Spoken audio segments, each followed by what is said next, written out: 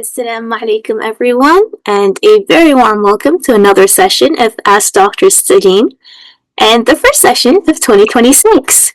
What a way to start New Year, Alhamdulillah. In this series, we take your questions, and they can be regarding any topic of your choosing, and you ask them to Dr. Saleem. You can ask your questions in either English or Urdu.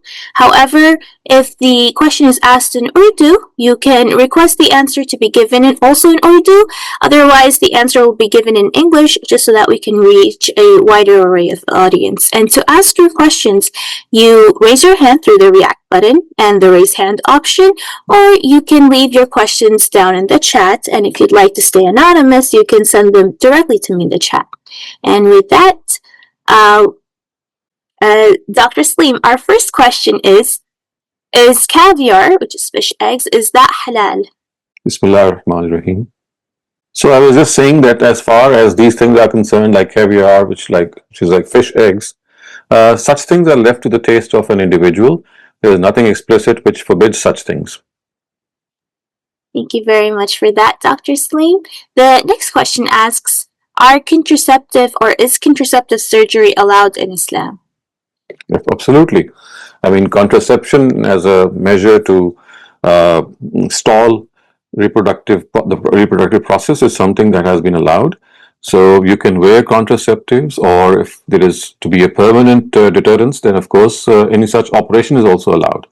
So you see, this is something that is again left to the discretion of the married couple. If they don't want any more children, it's absolutely fine to have this surgery. And is it okay to have it if you haven't had children and you don't plan to have children? Well, it all depends. Why would you do that? I mean, normally people would like to have children, and if they would not like to have children, again, that's a choice that they have. But I mean, normally this doesn't happen. But yes, in an exceptional case, that is nothing that is explicitly prohibited in this regard. Thank you very much, Dr. Saleem. While we're waiting for more questions, we have a raised hand. Riaz Khan, please go ahead. What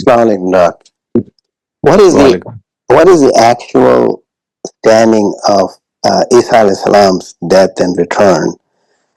Because in one end, I've raised this once, and I think I've got the answer. But we were reading Surah Zukhruf, and again in that surah, there's some ayahs which says that he will return back. He hasn't. I mean, Allah has lifted him. So there's some confusion about the entire sort of his return, and I'd like some clarification. Thank you. So you see, the Quran has explicitly mentioned that he was given death like normal people are given death. So that happened to him as well. So if you read verse 55 of Surah number 3, which is Surah Al Imran, you will see that the words are Inni mutawaffika wa rafi'uka ilayya, which means that we will give you death and then we will take you away from these people so that they are not able to mutilate your body. So he has died a natural death, and there is no possibility of his returning. His return is not something that is mentioned at all in the Quran. It is something which is mentioned in Hadith literature. And that Hadith literature also, if you look at the narratives, collate them and analyze them, you'll see that basically this is a dream of the Prophet in which he was shown that Jesus would one day, the Sharia that was, of course, that we know was abrogated by Paul after Jesus. So he is set to return. It is as if telling us that the original religion on which Jesus left his people will be revived. And the details are then given that he will revive the Sharia. The concept of the cross in which he was crucified would once again be made clear to them that he was never crucified. So basically, it is a vision that was shown to the Prophet, and this is also in the Hadith literature. However, because people did not understand the subtle nature of dream, they thought it was like a physical return. And moreover, since they also think that he was lifted alive, so all the more reason for them that he should come back and then complete his lifespan. And the verses that you are referring to in Surah Zukhruf, they are وَإِنَّهُ لَعِلْمٌ لِلسَّاعَةِ, which means that he is a sign of the day of judgment. And that doesn't mean that he is going to, his return is going to signal the day of judgment. It only means that the way he has been created shows the power and the capacity of God. And if he can create him and Adam without any means, he can create this world again. So basically, that is what is implied there. Okay. Thank you very Thank much, you. Dr. Saleem. Thank you. Ahsan, if you have a follow-up, you're very welcome to ask. Oh, I think I'm good. I get the answer. Thank you. So regarding contraception, somebody's asking if irreversible surgery is also allowed. Yes, it is. I mean, if you do not like children for any reason, no children at all, there is a choice that you can make. But do remember that such choices are often choices that might make you regret. Maybe today you don't want children, but maybe after 5 years or 4 years, situation changes and you would like children. So it is better to always keep the control in your own hand, so you can have a free hand later on as well. But nonetheless, if you still think, then the choice is yours. Thank you, Dr. Saleem. The next question asks, can we buy shares in stock exchange for 1, conventional banks, and 2, insurance companies, as these include interest-based businesses? So all interest-based businesses should be avoided. You should not buy their shares, because in that way you'll become indirectly involved in that business. So such shares should be avoided as much as possible. And there are plenty of other shares that can be bought.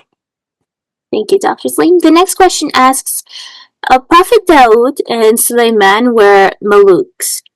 Then why did we regard Malukiyat as a contrast to Khilafat? Is Khilafat a distinct system of political governance, which is the opposite of Malukiyat? So you see, that was an exception, and that exception was because these kings were prophets of God, and they were divinely guided, and therefore they could not have made any mistake, and if they would have made a mistake, they would have been corrected. So that should not be made an example. So the example that was given in the Quran, or the precedent that was being set, was for ordinary human beings. For them, it was the system of democracy, or shura, as the Quran says. And the word Khilafah must not be confused. It's not something that actually points to a system. Khilafah only means that, Khalifa means a person who is your political ruler. So Khilafah means something that relates to the political authority of the Muslims, or a political system. All that it means is a political system, and Khalifa means the ruler of the political system. And how that political system will come into being is mentioned in Surah Shura by the words Amruhum Shura Bainahum, which means that their system is based on their consultation, which means that it is the subjects or the citizens of a Muslim state, of a state, in fact, that will determine who is going to rule over them by their majority mandate. Thank you very much for that, Dr. Saleem. Our next question comes from Naseem. Please go ahead. जी अस्सलाम वालेकुम, मेरी आवाज़ आ रही है? हाँ जी. अच्छा जी, अब मैं उर्दू में सवाल कर रहा हूँ डॉक्टर साहब आपसे, थोड़ा सा तवील हो जाएगा, ज़रा सा उसको प्लीज़ ज़रा डिटेल में बताइएगा, चाहे इंग्लिश में चाहे उर्दू में, आपकी मर्जी। पहला सवाल जो है वो है रसूल और नबी के बारे में, कि कुरान से कैसे पता लगता है कि रसूल और नबी में कोई फ़र्क है, क्योंकि ये इंटरचेंजेबल भी यूज़ हुआ है बार बार। और ठीक है, कानून इत्माम हुज्जत मैंने पूरा पढ़ा है इनका, अमीन हसन इस्लाही और इन सब का, तो उसमें उन्होंने डिफाइन किया कि रसूल जब आ जाता है तो वो ज़मीन पे ये एक अदालत कायम हो जाती है। लेकिन बहुत सारे और रसूल भी जिनके बारे में कोई जिक्र नहीं किया, याह्या अलैहिस्सलाम, शोएब, आपके ये इस्माईल अलैहिस्सलाम, ये सब भी रसूल की कैटेगरी में, लेकिन इनकी कोई ऐसी इत्माम हुज्जत का मामला में नज़र नहीं आता, या ज़करिया अलैहिस्सलाम। तो इसमें कैसे डिफाइन करेंगे कि रसूल और नबी में वाकई फ़र्क है अकॉर्डिंग टू द कुरान? और ये सवाल ये है। और दूसरा सवाल है मैं आपको एक एक करके जवाब आपको दे देता हूँ। देखिए, जो आपके पहले सवाल का जवाब है वो ये है कि नबी सल्लल्लाहु अलैहि वसल्लम से लेके उनसे ऊपर तक अगर आदम तक जाएंगे तो आपको हर रसूल का जिसका तज़किरा कुरान मजीद में हुआ है, उनके बारे में आपको हर रसूल के बारे में मिल जाएगा कि ये अपनी कौम की तरफ भेजे गए और कौम पर उन्होंने सदाकत को वाज़े किया, उनके एतराज़ात के जवाब दिए, उन पर इत्माम हुज्जत किया, और उसके बाद उन पर दुनिया ही में अजाब आया। जबकि किसी भी नबी के बारे में ये जिक्र पूरे कुरान मजीद में नहीं है। मजीद ये कि बाज़ जगहों पर रसूल का जो लफ्ज़ है ये इस्तिलाहन यूज़ नहीं हुआ, बल्कि एक भेजने वाले के मफहूम में, जिसे आप एनवॉय कहते हैं ना, रिप्रेजेंटेटिव ऑफ गॉड, तो वहाँ वो रसूल और नबी की तफरीक से हट के महज एक भेजे जाने वाले के मफहूम में जिक्र उसका हुआ है, जिसकी वजह से ये कन्फ्यूजन पैदा हुई है कि गालिबन ये यहाँ पे रसूल का जिक्र है। तो रसूलों का नाम लिया है कुरान मजीद ने, और इस सूरह माइदा में ये बताया है کہ رسول قد قصصناہم علیک ومن لم نقصصہم علیک، کہ ایسے رسول ہیں جن کو ہم نے آپ پر اس کا ذکر کیا ہے پیغمبر، اور ان سب کی فہرست پورے قرآن میں موجود ہے. اور ایسے بھی رسول ہیں جن کے بارے میں ہم نے یہاں پر ذکر نہیں کیا کیونکہ عرب ان سے واقف نہیں تھے. تو عرب جن بھی رسولوں سے واقف تھے ان تمام کا ذکر قرآن مجید میں ہے. آپ کے ذہن میں اگر کوئی مثال آتی ہے تو میں اس کا جواب دے سکتا ہوں، ورنہ جو بنیادی فرق بیان. جی عرب جانتے تھے نا اسماعیل علیہ السلام کو، تو وہ ان کی قوم پہ کون سا عذاب آیا؟ یعنی ان کے بارے میں کہاں لکھا ہوا ہے کہ وہ رسول تھے؟ پورا ایک جو پورا انباء الرسول کا جو ایک کسی سورے میں ہے اس میں اسماعیل علیہ السلام کا بھی ہے اس میں ذکر کہ وہ بھی اگر فرض کیجئے رسول تھے تو دیکھیے ان کی قوم تو جن میں ان کی شادی ہوئی تھی وہ تو ہمیں معلوم ہے کہ بنو جرہم تھے، اور بنو جرہم پہ انہوں نے اتمام حجت کیا ہوگا. ظاہر اس کا تذکرہ ہمارے پاس تفصیل سے موجود شاید نہیں ہے، لیکن تذکرہ کا موجود نہ ہونے کا مطلب یہ نہیں کہ وہ واقعہ نہیں ہوا تھا. یعنی رسول کے بارے میں یہ جو تفصیل ہے دیکھیں نا، اس کا آپ اس طرح سے یہ جان لیجئے کہ جہاں پہ یہ بات بیان ہوئی ہے وہ یہ کہ فَإِذَا جَاءَ رَسُولُهُمْ قُضِيَ بَيْنَهُمْ بِالْقِسْطِ، یعنی ایک اصول سمجھ لیجئے. اطلاق تو بعد میں ہوگا نا، حالات جو ہیں رسولوں کے وہ ہم بعد میں دیکھیں گے. قرآن مجید کے جو دو مقامات ہیں، ایک میں یہ ہے کہ لِكُلِّ أُمَّةٍ رسول، یعنی ہر امت کو ہم نے رسول بھیجا. فَإِذَا جَاءَ رَسُولُهُمْ قُضِيَ بَيْنَهُمْ بِالْقِسْطِ، تو جب ان کا رسول ان کے پاس آ جاتا ہے تو دنیا میں ان کا فیصلہ کر دیا جاتا ہے. یہ سورہ یونس کی 47 نمبر آیت ہے. اسی طرح سے یہ کہا گیا سورہ نساء میں کہ رسول مبشرین و منذرین لئلا یکون للناس علی اللہ حجۃ بعد الرسول، یہ ہم نے رسول بھیجے ان کو خوشخبری دینے کے واسطے لوگوں کو، اور ان کو وارن کرنے کے لیے، ان کو خبردار کرنے کے لیے، تاکہ لوگوں کے پاس حق کے خلاف کوئی حجت نہ رہ جائے. تو یہ دونوں آیتیں اصولی آیتیں، یہ بتاتی ہیں رسولوں کا منصب کیا ہے، اور یہ بتاتی ہیں کہ جو رسول ہیں وہ دنیا میں فیصلہ کر دیتے ہیں.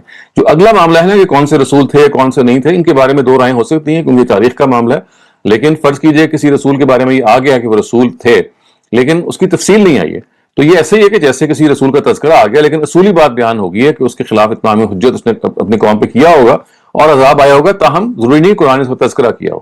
تو آپ چلیں یہاں سے کہ جہاں قرآن پرنسپلز بیان کرتا ہے، وہ سورہ یونس کی آیت 47 ہے جہاں یہ پرنسپل بیان ہوا ہے، اور ادھر سورہ نساء کی آیت غالباً 160 میں ہے، وہ آپ دیکھ سکتے ہیں. جی اچھا، لیکن اس میں ایک چیز اور بھی ہے کہ یونس علیہ السلام ایک جگہ قرآن میں کہا سورہ مومن میں شاید کہ جب عذاب آ جاتا ہے سامنے تو پھر کوئی ایمان جو ہے وہ نہیں ہے، نفع طلب نہیں ہے. لیکن اسی سورہ یونس میں آخر میں 98 میں کہا گیا کہ عذاب نظر آ گیا تھا پھر ان کو جو ہے وہ کر دیا گیا، معاف کر. تو وہ کیا نہیں ایسا نہیں ہے. وہ تو یہ تھا کہ اس سے کچھ پہلے یعنی کسی قوم کو عذاب سے فائدہ نہیں ہوا الا قوم یونس کے الفاظ آتے ہیں، سوائے قوم یونس کے، کیونکہ اس کو اس سے ذرا پہلے توفیق ہو گئی تھی معافی مانگنے کی. اللہ تعالیٰ نے پھر ان کو موقع دیا کہ وہ توبہ کریں اور توبہ کر کے ایمان لے کے آئیں. اس کو آپ دوبارہ پڑھیں اس حصے کو. ٹھیک ہے. اچھا ایک جگہ ایک اور اس میں کنفیوژن ہے کہ یہ تو میں نے پڑھا کہ نبی کو قتل کیا گیا، لیکن کسی ایک آیت میں شاید رسول کا بھی لفظ ہے، تو جی وہ میں آپ کو بتاتا ہوں. فریقاً کذبتم و فریقاً تقتلون کے الفاظ آتے ہیں، لیکن وہاں رسول اصطلاحی مفہوم میں نہیں ہے، وہاں پیغمبر کے مفہوم میں ہے، بھیجے جانے کے مفہوم میں ہے. اچھا اور دوسری ایک اور بات افسر کر دوں کہ جب اپنے دعوتی مشن کی کمپلیشن سے پہلے رسول کا انتقال یا اس کو قتل نہیں کیا جا سکتا، اس کے بعد پھر بھی قتل کیا جا سکتا ہے. یعنی اللہ تعالیٰ نے جس مقصد کے ان کو بھیجا ہے، یوں سمجھیے کہ اس مقصد کو پورا جب کر لیں گے تو پھر ان کا کوئی بھی انجام ہو سکتا ہے. مقصد پورا کرنے کے دوران ان کو ختم نہیں کیا جا سکتا، چونکہ رسول کا یہ منصب ہے اور مقصد ہے کہ وہ دنیا میں اتمام حجت کرتے ہیں. تو جب تک وہ اتمام حجت نہ کر لیں ان کو کوئی غضب نہیں پہنچتی، ان کو کوئی نقصان نہیں پہنچتا. چلے ٹھیک ہے، کافی ماشاءاللہ سے کلیئر ہے اس معاملے میں. دوسرا سوال اس معاملے میں تھا کہ جو قرآن میں لفظ گنتی کے لفظ استعمال ہوئے، جیسے سبا کا استعمال ہوا ہے 7، تو بہت سارے لوگ یہ کہتے ہیں جیسے سبا السماوات ہے، سبا المثانی ہے، 7 آسمان ہے اور 1 زمین. تو بہت سارے لوگ جو ہمارے یہاں ڈسکشن میں یہ کہتے ہیں کہ یہ لفظ جو ہے یہ ایک اردو میں کہتے ہیں متعدد، بہت سارے، جیسے 70 کا لفظ جو ہے استعمال ہوا سورہ توبہ میں، کہ 70 دفعہ بھی تو مساوات ہو تو نہیں، تو اس کا مطلب 70 نہیں ہے بلکہ یہ کہ اتنی مرتبہ یہ کافی. تو سبا کے لیے بھی یہ کہتے ہیں کہ اس کا مطلب یہی ہے. تو آپ کیا سمجھتے ہیں کہ زبان کے لحاظ سے بات درست نہیں ہے. دیکھیں 70 کا جو لفظ ہے یہ زبان کے استعمال میں کثرت کے لیے بولا جا سکتا ہے. جیسے آپ کہتے ہیں میں نے تمہیں 70 دفعہ کہا، یہی معاملہ 10 کا ہے، میں نے آپ کو 10 دفعہ کہا. یہی معاملہ 100 کا ہے، میں نے آپ کو 100 دفعہ کہا ہے. 1000 کا بھی یہی معاملہ ہے. لیکن 7 کو کبھی آپ اس طرح سے نہیں کہتے کہ دیکھو میں نے تمہیں 7 دفعہ یہ بات کہی ہے، تم نے بات نہیں میری مانی. تو زبان کے استعمالات ہوتے ہیں. यानी जो तकसीर के अदद होते हैं वो सारे नहीं होते, तो 7 का जो अदद है वो भी कहीं भी तकसीर का नहीं है, पूरी जबान में आप इसकी कोई मिसाल नहीं दे सकते, जबकि बाकियों की मिसाल दे सकते हैं। तो यहाँ पे एग्जैक्ट अदद मुराद है। इसका मतलब सही जैसे सूरह यूसुफ में 7 गाय का है तो बस 7 का ही बिल्कुल ऐसे ही, जी बिल्कुल बिल्कुल ऐसे। वहाँ सबा बकरात के अल्फाज आते हैं वो 7 गायों के लिए आते हैं। लेकिन ये 7 आसमान वाला जो मामला है ये अभी तक जो है वो क्लियर नहीं हुआ, ये साइंस में। और देखिए अगर क्लियर नहीं हुआ तो हो जाएगा। हमें तो ये मालूम है कि कुरान मजीद ने जो बात कही है वो दुरुस्त है। हमने अभी एक यूनिवर्स देखी है जो हमारे सामने है, वही उसका एक्सपेंस इतना बड़ा है कि उसको हम पूरी तरह खंगाल नहीं सकते। अल्लाह ने इत्तला दी है और कहा है कि क्यास कर लो कि जैसे ये एक हैं इस तरह 6 और भी हैं। तो क्यास किया जाता है ताद्दुद को एक पर। अगर आप एक के बारे में मुतमईन है कि भाई वो एक सिलसिला एक लामुतनाही एक एक्सपेंस है, वो एक अनफैथमेबल स्पेस है, तो अगर एक के बारे में इत्मीनान है तो अल्लाह में सिर्फ इत्तला दे रहे हैं कि देखो 6 और भी हैं। और कभी ना कभी साइंस इस तक पहुंच जाएगी, अगर नहीं पहुंचती तो इससे फर्क नहीं पड़ता क्योंकि ये खुदा की इत्तला है। तो इसी का ज़िली सवाल ये है कि ये जो है कुरान ने ज्यादातर जमीन के साथ जमीन को सिंगुलर में इस्तेमाल किया और आसमान को प्लूरल में किया। तो ये बात तो समझ में आती है जब, तो इससे क्या मुराद है कि जमीन नहीं है और सिर्फ ये 7 आसमान है? नहीं, देखिए वो तो सूरह तलाक के आखिर में बता दिया कि वो मिनल अर्द मिस्लहुन्ना, यानी हमने 7 यूनिवर्स बनाए और हर एक की एक जमीन है। नहीं, वहां जमीन में 7 नहीं है, वहां इसके मिसल ऐसे ही है ना, इस जमीन की मिसल व मिनल अर्द, इस जमीन की मिसल मिस्लहुन्ना, हमने 7 और जमीनें बनाई हैं। तो इससे साफ मालूम होता है कि हमारी तरह कुल 7 जमीनें हैं जिनमें मुशाबहत पाई जाती है, हो सकता है जिंदगी के पहलू से पाई जाती हो। एक हमारी है और 6 और हैं। Our next question asks, some ulama say that contraceptive surgery permanently alters the structure of a person's body in terms of their reproductive system, which is a contravention of the verse 119 in Surah An-Nisa that says, وَلَآمُرَنَّهُمْ فَلَيُغَيِّرَنَّ خَلْقَ اللَّهِ. So like, I mean, this is a very, very far-fetched interpretation. It does not alter, it just you're not altering in the sense that you are distorting it. You see, the Surah Nisa verse refers to distortion and mutilation in the sense that it will become a form of superstition for you. If you look at that verse, this is Satan telling people, وَلَآمُرَنَّهُمْ فَلَيُغَيِّرُنَّ خَلْقَ اللَّهِ, I will make them distort and mutilate the creation of God the way people have been created. So that is Satan telling them that that's what I'm going to do. So this is not mutilation and this is not distortion. This is just sort of a benefit that we are deriving, that we just don't want that thing to happen. So that cannot be called distortion or mutilation in any way. And I don't agree with those scholars who use this verse for this purpose. This is basically Satan telling, it's like a ultimatum that Satan gave, that if you give me respite, then I'm going to lead your creation away, and I'm going to whisper various things to them, and in those whisperings I will mention them that you cut the ears of your cattle and you do all sorts of things that will lead you to superstition. So those are all superstitious practices which are being referred to. So this has nothing to do with it. So as long as something doesn't have a superstitious background, so something like, for example, plastic surgery just for the heck of it, so like that would be okay. Or what about like gender transitioning? So it's not gender transitioning. I mean, gender transitioning would be that you're changing a gender, and it's like a gender reassignment surgery. Yeah. So that too is something that can be taken advantage of, because you see there are issues and cases in which the third gender, as you could say, if they are operated upon at the right time, then the proper gender can be assigned to them. So that is a medical correction, and that's something that we should thank science for. But then there is this desire of changing one's gender. That is something that should not be, allowed, because God has created you with a gender, and you're born a male, and now you say that I'd like to become a female by gender reassignment surgery. So that is something in which you are not accepting God's verdict, and that should not happen. But in the case of any medical correction, or in the case of any anomaly that has resulted, this is a big service from science that I think should be taken advantage from. So why does that same rule not apply to plastic surgery if you're born with a normal face, but then you'd like to make changes to it to fit in with the current? Because now you're not changing your gender. I mean, you're just trying to embellish yourself. So I think embellishment is like makeup. It's like beautifying yourself. And we should leave this to the decision of a person. Maybe someone will not do it. Someone would do it. So it's just enhancing what you already have. Okay, thank you for that, Dr. Saleem. Javed Ishra, please go ahead. जी अस्सलाम वालेकुम वालेकुम सलाम। जनाब, आपसे बात करके बड़ी खुशी महसूस होती है।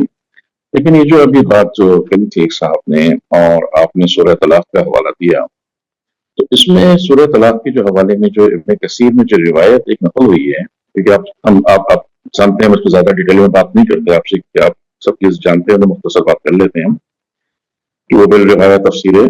तो उसमें जो तफसीर नकल हुई है, उसमें जो आयत वहाँ पे जो हदीस नकल हुई है, वो ये है कि 7 ज़मीन और आसमान हैं और वहां पर वो आदम से लेके मोहम्मद सल्लल्लाहु अलैहि वसल्लम तक का सिलसिला दोबारा शुरू होगा, हो सकता है।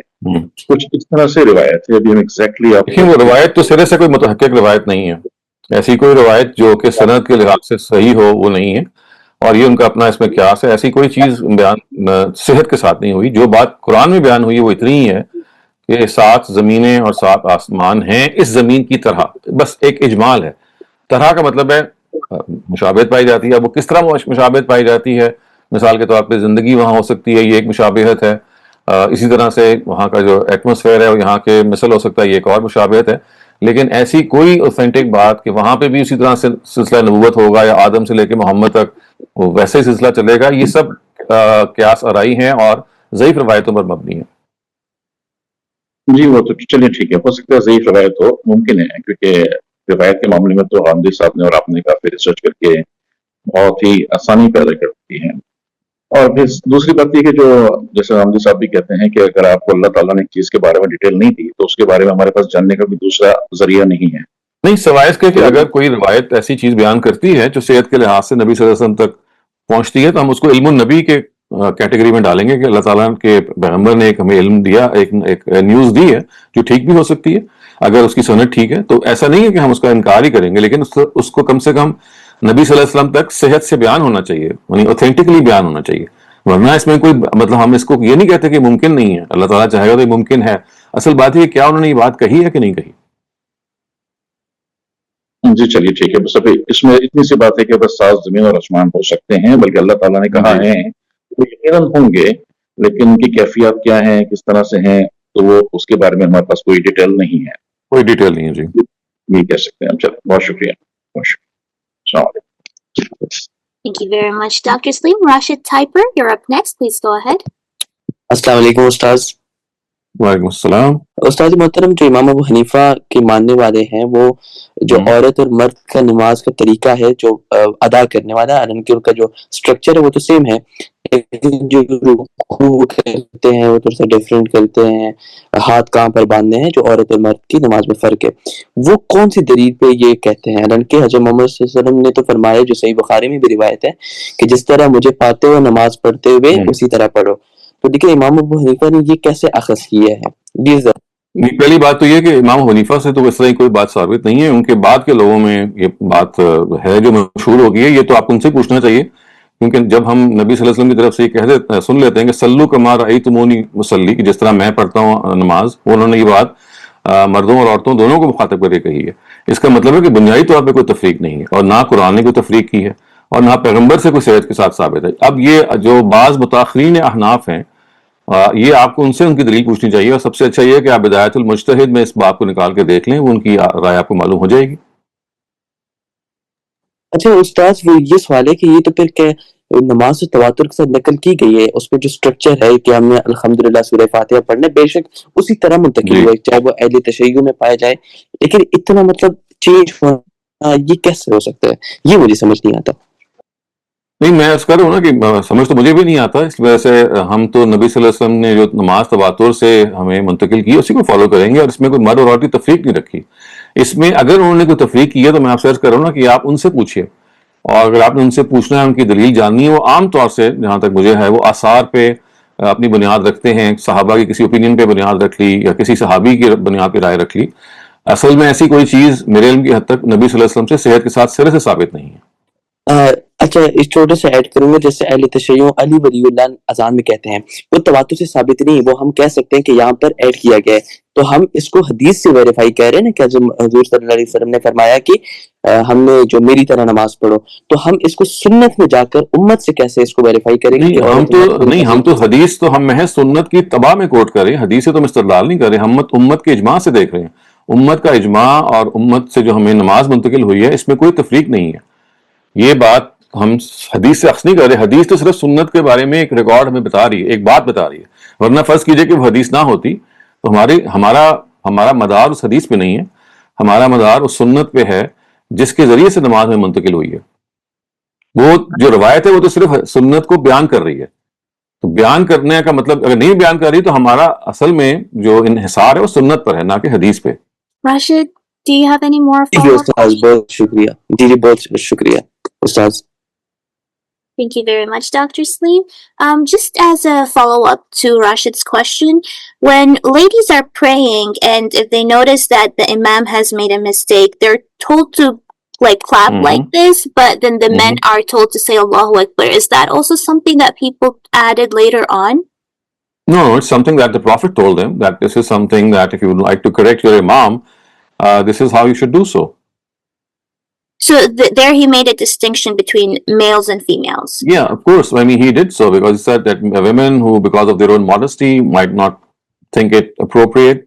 And again, this is something that was meant as in that cultural practice. Today, if, I mean, any means can be adopted to correct a prayer leader.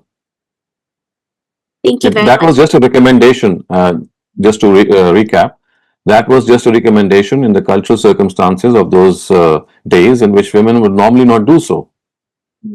It wouldn't work nowadays anyway because women are like usually they're praying in a completely separate. Yeah, that's all. I mean, they are praying separately, and at the same time, I mean, the quantity of people has multiplied many-fold. So, I mean, only those sitting in the first row would be the ones that might do it. Again, women, of course, normally they are not sitting in the first row, but this also tells us that in those times, such was the nature of the congregational prayer that in case a woman would do so, then the prayer leader would have heard her, which would mean that it was a smaller congregation. It would also mean that it was something that was acceptable. Thank you very much, Dr. Saleem. I'd like to remind all the participants that questions are taken in the order that they are received, so please wait your turn. Naushad Shafkat, you're up next. Please go ahead. Assalamualaikum, Doctor. Doctor, I'd like to know the method of dating the surahs, because it is said that in Surah Muzammil, the last ayat, which I believe refers to the exemption of ordinary Muslims from the Tahajjud prayer, it was revealed in Medina, while the rest of the surah was revealed in Mecca. So how is this distinction made, sir? This is from the context. I mean, something which is from within the context of the surah that tells us that it was something that was that must have taken place in Medina. For example, if you look at the last that part, you'll see that it relates to jihad, and jihad is something that was not even in question in Mecca. It was only in Medina.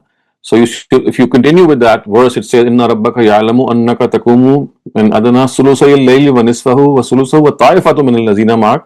And then it says, those people who go out for jihad and those people who fight for the cause of God. So all these words tell us that this could not have been in Mecca, because in Mecca there was no such allowance to wage war. So the rest of the text tells us that it was something that must have taken place in Medina. So the context determines the place of the revelation of the surah, according to the Parais. Right, sir. Thank you very much, sir. Thank you very much. Thank you very much, Dr. Saleem. Our next question asks, is it a must requirement of religion that the political representatives of an Islamic state should be well versed with Islamic knowledge and preferably be ulama of the deen? Not at all. Not at all.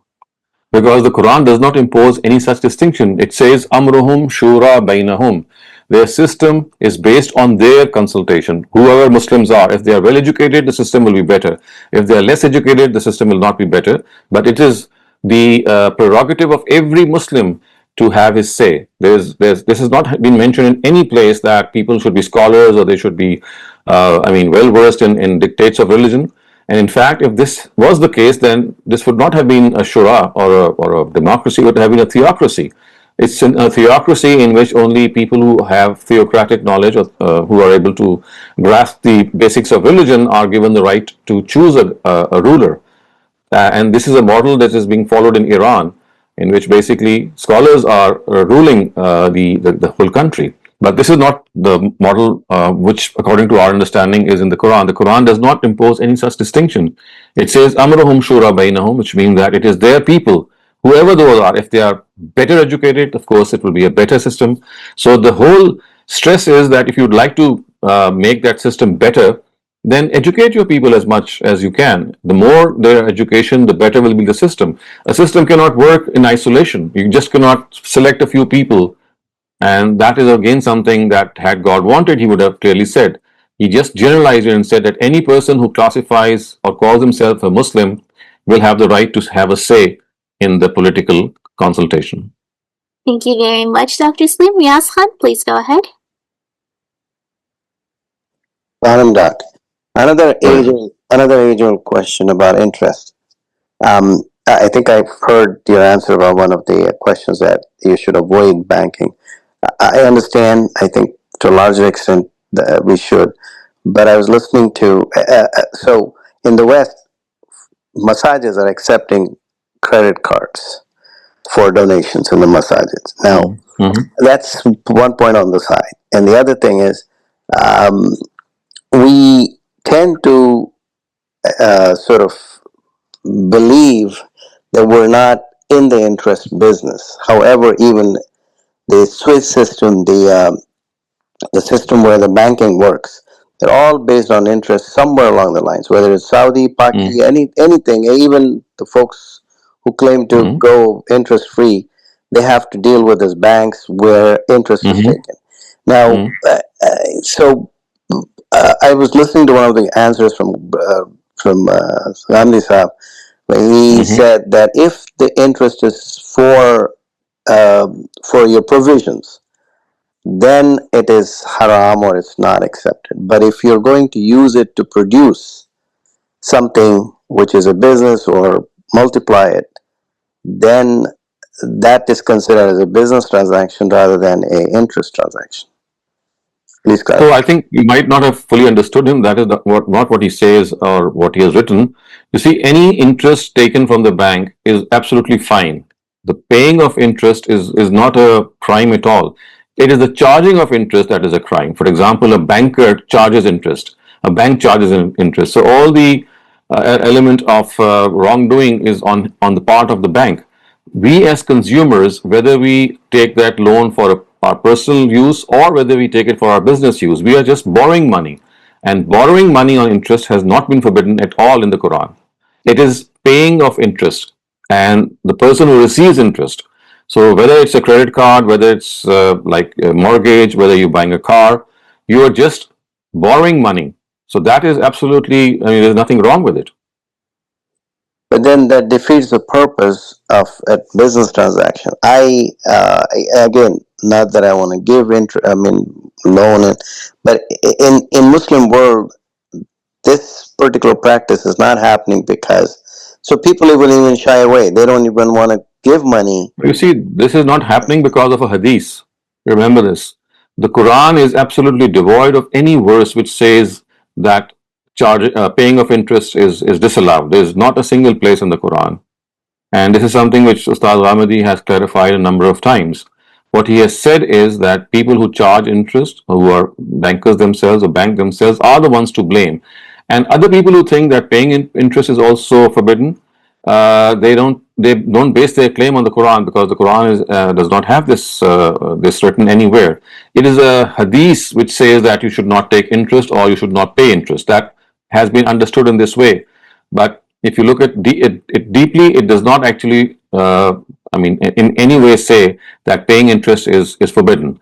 It says people who facilitate an interest bearer person, a person who is an interest mogul, and who are his agents, who bring about people to him so that he could use them as his agents and therefore increase his business, they are the ones that are prohibited.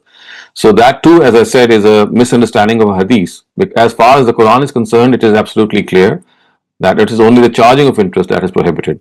The paying of interest is from this particular hadith, and that hadith has been misunderstood. So he has made this clear in his lectures also, and he's written a small article on this also. You might find it in his collection that is called Burhan. I'm sorry, it's called Maqamat. Okay. So how would I be compensated for a loan that I'd like to give it for somebody who wants to do business? So you can become a partner, and that partnership can be principal secured, which means that you're not going to have a share in the loss, and you'll just tell that person that if you have profit, then my share of that profit is, let's say, 10% or 15% or whatever you think is equitable. So in other words, the nature of your transaction would be that you're not going to disregard the practice of the person who borrows money from you. You will tell that person that my interest is that I'm giving you 100 rupees or $100. If you earn from these $100, then my commission is 10% or 15% or whatever. But if you don't, then I'm not going to charge you anything. But my principal is going to remain secure, and I can withdraw it on the conditions that you can, of course, jot down with him. This is called principal secure financing. It is not profit and loss financing, which people normally do, which means that they have a share in the loss also, and they have a share in the profit also. No, this is principal secured financing, which means you only have a share if the person is earning. So this does away with the element of oppression and injustice, because now you're charging that person only when he's earning. So what makes interest is that you charge a person whether he earns or whether he loses. So this is principal secured financing, in which you say, okay, I'm giving you this money, you invest it in your business, and if you're earning from your business, then my share is such and such. But if you're not earning, then I would like my money back. That's all. Okay. It's a little different way of handling the interest part, but or return on capital. Thank you. Thank you very much, Dr. Saleem. We have a couple of chat questions. The person asks, there is a hadith which says that Khilafat will remain for 30 days, followed by Malukiyat. Here, the two have been mentioned as opposing systems. What are the differentiating characteristics of the two systems, and does Islam recognize both of the terms? So here the word Khilafat actually refers to the Shura part, which means that people who will have a say. Every person will be part of the political process. Mulukiyat is monarchy, which means that it will remain within the royal family, and the monarch is going to transfer power to his kin, maybe to a nephew, maybe to a son. So that is what distinguishes it. In monarchies, in dictatorships, the authority lies with the family. It's like a royal family. But in Khilafah, that is not the case, especially when it is mentioned in this way. It only means that the reference here is to the rightly guided caliphate or the Khilafat Rashida, in which the election or the selection was made on the basis of people participating in that, and not just because the rule was amongst a particular group of people or a particular family. So basically, Malukiyat is referring to monarchy or a royal sort of transfer of power from the king to the son, and so on and so forth. So that is what is being said, that for some time Khilafah will remain, which means that the system of governance that will be in place would be the one in which people will be elected. And later on, this would be discontinued, and now the time will come when instead of people being elected, it would be like a choice made by the ruler to transfer the reins of his power to a son or a nephew or any blood relative. Thank you very much, Dr. Saleem. I misspoke. It's not 30 days, it's 30 years. 30 years, yeah. Referring to the Khilafat al-Rashid, actually. Thank you very much, Dr. Saleem. The next question asks, I am 22 and alhamdulillah, I have achieved many more than many people my age. I respect that everyone views life differently, but how can somebody who has never faced my struggles decide that I am living the wrong way? I have worked extremely hard for everything, yet others' opinions seem to dismiss that effort completely. Doesn't Allah love a successful, striving believer more than the one that only seeks enjoyment without purpose? So what is the question? I mean, I could not get the question. I mean, no one has the right to debar you from any such exercise that you're doing. If people are condemning you for any reason for your success, it is, I mean, you need to care about them. And if you think that you're not getting the opportunity to do so, remember, life is a trial and a test. And so we have to keep on trying and trying and remain positive and keep on trying to find a way. So I need to understand that what exactly are you getting at from this question? I'd request the questioner to, if you'd like to elaborate further, please Yeah. go ahead, do so that we can continue with answering that question. In the meantime, I have a question of my own. So this is regarding Musa alayhi salam. At that time, Pharaoh had wanted to kill all the boys, right? And that's why they had to put Musa alayhi salam in a basket. But then how did Harun alayhi salam, his brother, escape that? It does seem that just as Moses escaped, it does seem that Aaron also escaped, and that is particularly something that could have happened with God's authority and power. And this is not mentioned, of course, in the Quran, or I believe in the Bible also. But it does show that just as he was somehow, I mean, secure from the scheme, the same thing happened to Aaron. And also, we don't know the exact difference of age between the two. This could always be a possibility that the directive was discontinued when Aaron was born. It is a possibility. I'm not saying it's a definite thing. So this is one possibility. And the other possibility, of course, is that he was through divine intervention, he too was saved. But this episode is not mentioned anywhere. So he was his younger or older brother? He was his younger brother. Sorry, Musa alayhi salam was older? Moses was older, of course. He was older and Aaron was younger. Thank you very much, Dr. Saleem. So far, we're awaiting more questions. I guess in the meantime, I'll use this opportunity to ask another question. This one is regarding choosing a partner in hereafter. And one of the common du'as in this world is that whoever you pick a partner in this world, may they remain a partner for you in the hereafter. But then why do we have a choice to change, or like, why do we make a dua to stay with the same person if we have the choice to change in the hereafter? I mean, this is your choice. You don't need to exercise that choice. I mean, it's a prayer that you can make that God, I have found a spouse which is so understanding and so committed and so congenial to my relationship that I would like the same in the hereafter. It's a dua that you are allowed to make. You can make, and I mean, it's a dua is fulfilled according to God's own circumstances. And maybe if you make this dua, maybe your partner is not willing to stay with you. So remember, your own dua is something that can only work if your partner or your spouse is also willing to do the same. And also, this could be something different, because once you turn up in the hereafter and you see so much there, that you might even change your mind. So I think basically it's like a loose-ended sort of a thing. You have lots of choices here and you have lots of choices there. There's nothing binding. You wouldn't feel upset at your partner if they chose somebody else? You wouldn't have those feelings? No, you would not, because this is something which the Quran tells us, that in the hereafter all these negative feelings of jealousy and envy and all things related to such emotions would just vanish from you. You'll be magnanimous, you'll have a generous heart, and things will work in a different way. So you should not regard the mechanism that we go through in this world analogous to what will happen in the next world.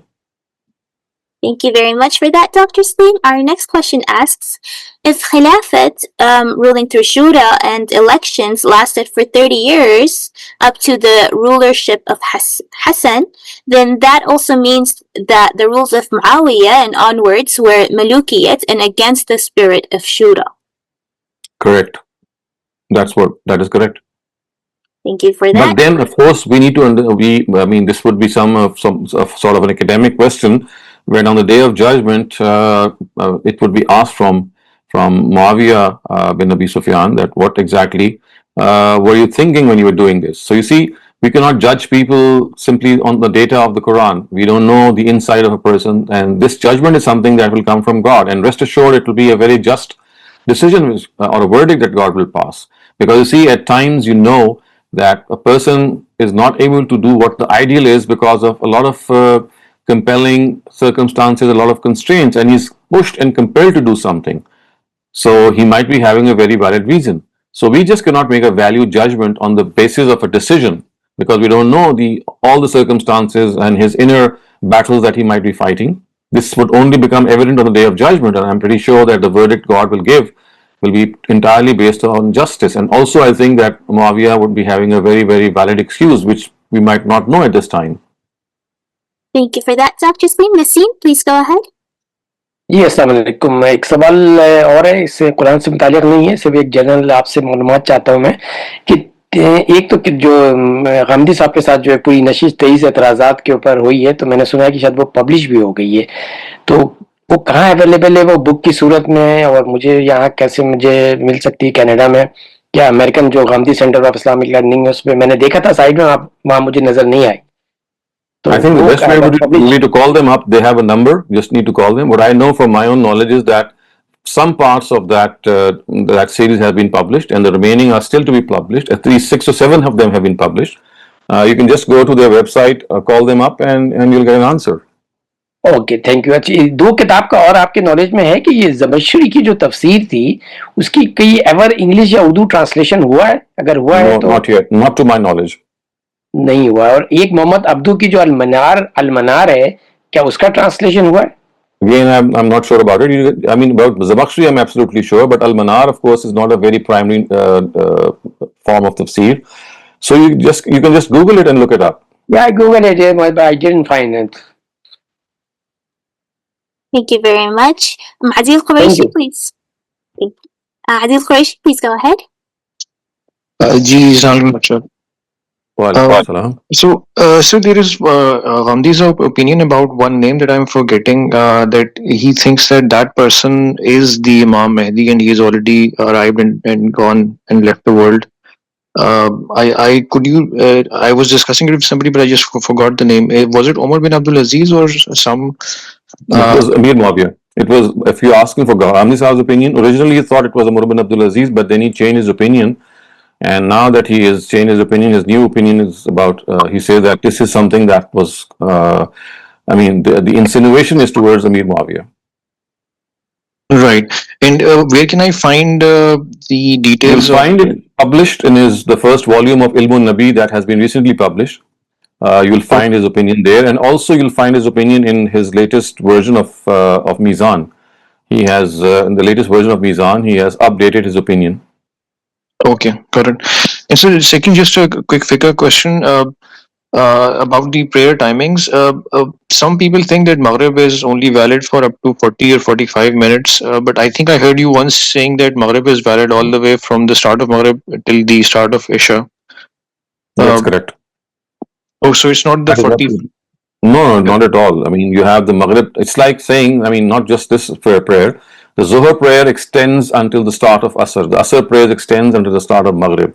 And the Maghrib prayer extends until the start of Isha. However, Isha does not go all the way until Fajr. No, it goes So that is until midnight. So Isha goes until midnight. And from midnight onwards, we have the Tahajjud time. And then when the Tahajjud time finishes, we have the Fajr time. Right, and the formula to calculate midnight was the start of Maghrib and the start of Isha and the midway between them, or start of Maghrib no. It's sunrise and sunset. The time between sunrise and sunset should be divided to 2 and then added to sunset. Got it. So sunset and sunrise. Time from the sunset of Maghrib all the way until sunrise of Fajr. Of the next day. The next day of Fajr. Okay, got it. Thank you, sir. Thank you very much, Dr. Our next question asks, is it a sin to eat to your full stomach or to overeat? And if you could please answer in Urdu. ऐसी कोई बात नहीं है नबी सल्लल्लाहु अलैहि वसल्लम से हमें मिली हो कि जिसमें हमें रोका गया हो कि पेट भर के आप नहीं खा सकते। ये आपके ऊपर छोड़ा गया है। मजहब इन चीज़ों में मुदाखलत नहीं करता। आपकी मर्जी है आप पेट भर के खाएं, आपकी मर्जी है कि आप भूख रख के खाएं। यानी हर एक का अपना एक तरीका होता है, इसमें मजहब ने कोई पाबंदी नहीं लगाई।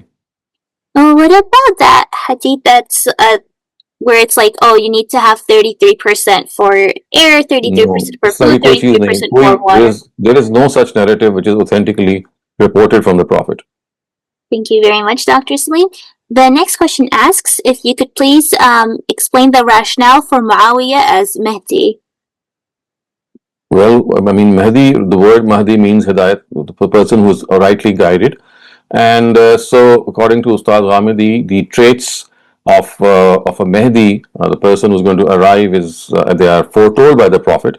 So the Prophet has foretold that there will be a righteous caliph after me, and he'll have all these attributes. And you can look up the details that he has pointed out in this book and his Mizan. But primarily, he refers to the fact that it is going to occur near the end of the first period of his Khilafah, which of course is the Khilafatul Rashida, the first four caliphs. And right after that, the caliph that was installed was of course Amir Muawiyah. So that is how he says that it was Amir Muawiyah about whom the Prophet had said that there will be a Mahdi, which means a person who is going to be rightly guided. Thank you very much, Dr. Saleem. Salman Aziz, would you like to talk about the Itiraz series? Yeah, please go ahead. No, that was just a comment that it's something a bit strange for me. I have not heard it earlier that he has shared his opinion about Mehdi as Muawiyah. And I was just commenting that another maybe Itiraz series is in the making. Could be. My question is so that there was a debate a few days back about the haqiqat-e-waqia, the word. So how we declare that something is haqiqat-e-waqia and not somebody's personal opinion, and how can we differentiate between accusing somebody, naming somebody about something, and saying that we are not accusing anybody and it's haqiqat-e-waqia. We see politicians that time, people saying that everybody knows, सब लोग ही कहते हैं, सब लोगों का ये ख्याल है. So how we differentiate between the two haqiqat-e-waqia? Very simple. So you see, it's quite simple. Things which are established history, they are referred to as haqiqat-e-waqia, which means that there cannot be any difference. For example, Usman became a caliph, that's haqiqat-e-waqia. I mean, it's something that cannot be disputed. So everything which is indisputable is called haqiqat-e-waqia, but an opinion is something about which there could be a difference of opinion. So maybe people can have a difference of opinion that, well, Usman was elected by people who should not have been in the electoral college, and they were basically people who had actually done such and such a thing, and therefore it should have been a wider electoral college. So that is now a personal opinion or maybe an interpretation. So an opinion and interpretation always relates to a part of that whole established historical event. So when you say haqiqat-e-waqia, it means something that is indisputable. Like for example, Quaid-e-Azam made Pakistan, this is haqiqat-e-waqia. But whether Quaid-e-Azam was helped or whether Quaid-e-Azam had some other thing that you could have said that, well, there were problems in his life and he had enemies, and there are people who accuse Liaquat Ali Khan of poisoning him, etc. So these are all opinions that people are giving about an event. So an event which is indisputable becomes established history, and that is called something that cannot be denied. It's haqiqat. You have no other version. But wherever you have another version, that you say is your own interpretation or your own opinion. Thank you very much, Dr. Saleem. Our next question comes from iPhone. Please go ahead. Assalamu alaikum, Dr. Saleem. Two-part question. Just first, playing on the same one, I guess, what distinguished the change, it's very high level because you've already mentioned there's a separate study on this, between the grandson of Hazrat Umar being perceived as Imam Mahdi and now Hazrat Muawiyah, because obviously Hazrat Muawiyah, there's some dispute of how he came to power, or with Hazrat Ali's time, like any key features that made Al-Mawrid rethink who it is. And part two was, does this mean that basically the only people really that we're waiting for to come, which is not Isa alayhi salam or Imam Mahdi, would really be the Dajjal? Would that be a fair interpretation? First of all, Al-Mawrid did not rethink anything. It is basically Ghamidi Saab's opinion. And his opinions, of course, they do evolve, and they have their own merits and demerits. You can read his opinion, as I said, in his recent book published. It's called Ilmun Nabi. He's given his reasons. And as far as the Dajjal is concerned, you will see that it is a different entity altogether. So the actual word which often are missed out The complete phrase is not Dajjal, it is Al-Masihud Dajjal, which means the false Messiah or the Antichrist. And it actually means that there will be a person near the end of times who will call himself to be a Christ, whereas he will be speaking a lie. He would not be the Christ. So he'll be an Antichrist, a person who would be posing as Christ. So we must make a distinction between Mahdi and Masih. Mahdi and Masih, of course, as you can see, the words are different. Mahdi is referring to another entity. Masih is referring to, or Dajjal actually is referring to Al-Masih Dajjal, which means Masih who's Dajjal. Dajjal means someone who's a deceiver. So he's a deceiver who's going to pose himself as Masih. So this is a separate entity, and this is some about which we know from Hadith literature that he's going to be born near the end of times, and he's going to pose himself to be Jesus. And we also know that Muslims are waiting for Jesus, Christians are waiting for Jesus, and the Jews are also waiting for a Messiah.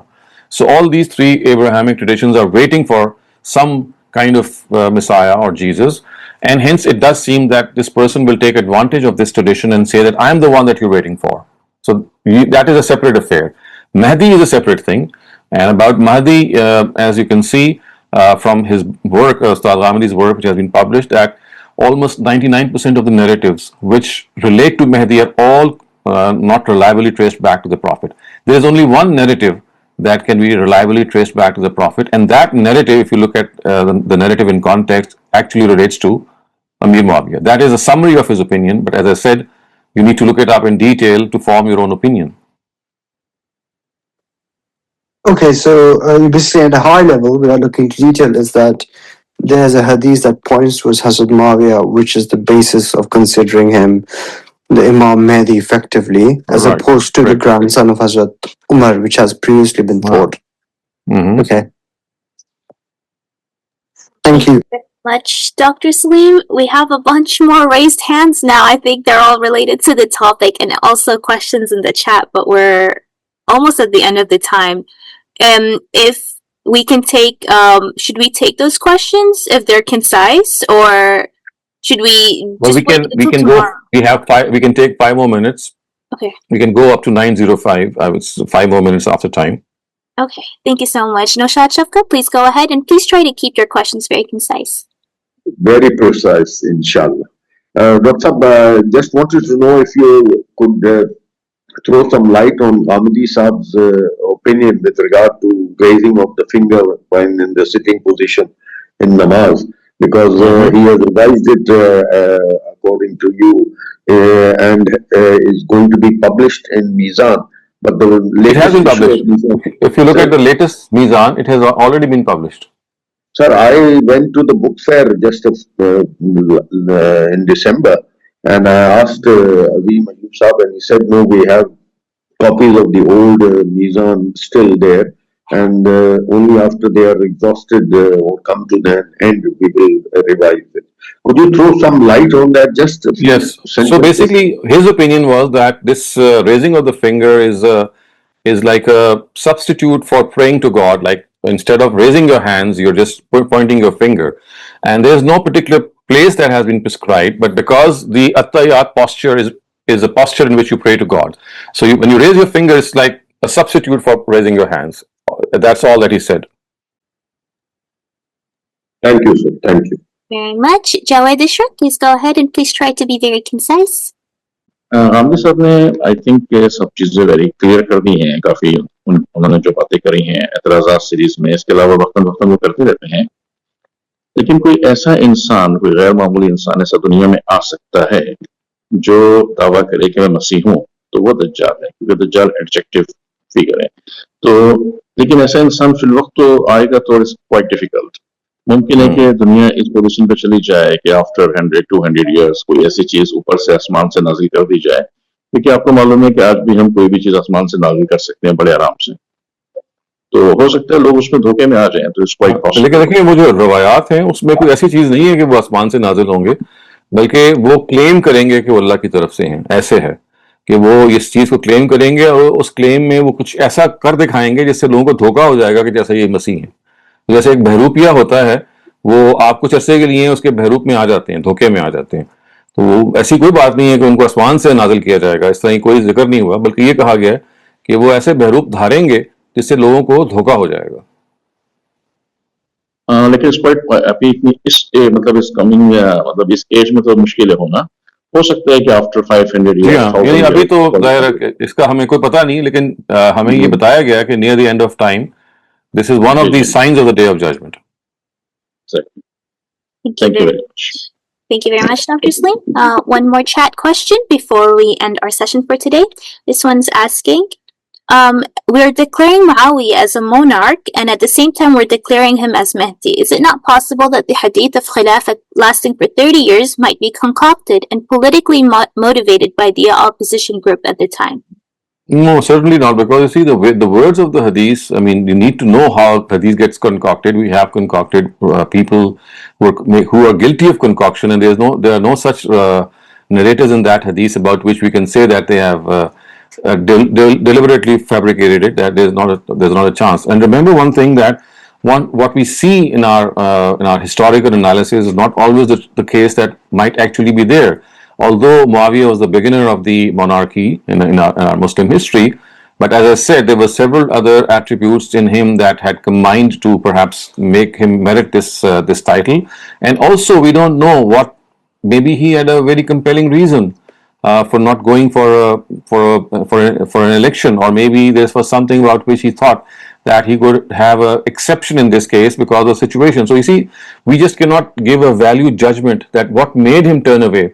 And there is another possibility also that he might be having a different interpretation of the verse Amruhum Shura Bainahum. So all these possibilities are there. We cannot judge a person by the data we have, and the judgment that we can make about that person can only be valid if we know all the circumstances, which we don't.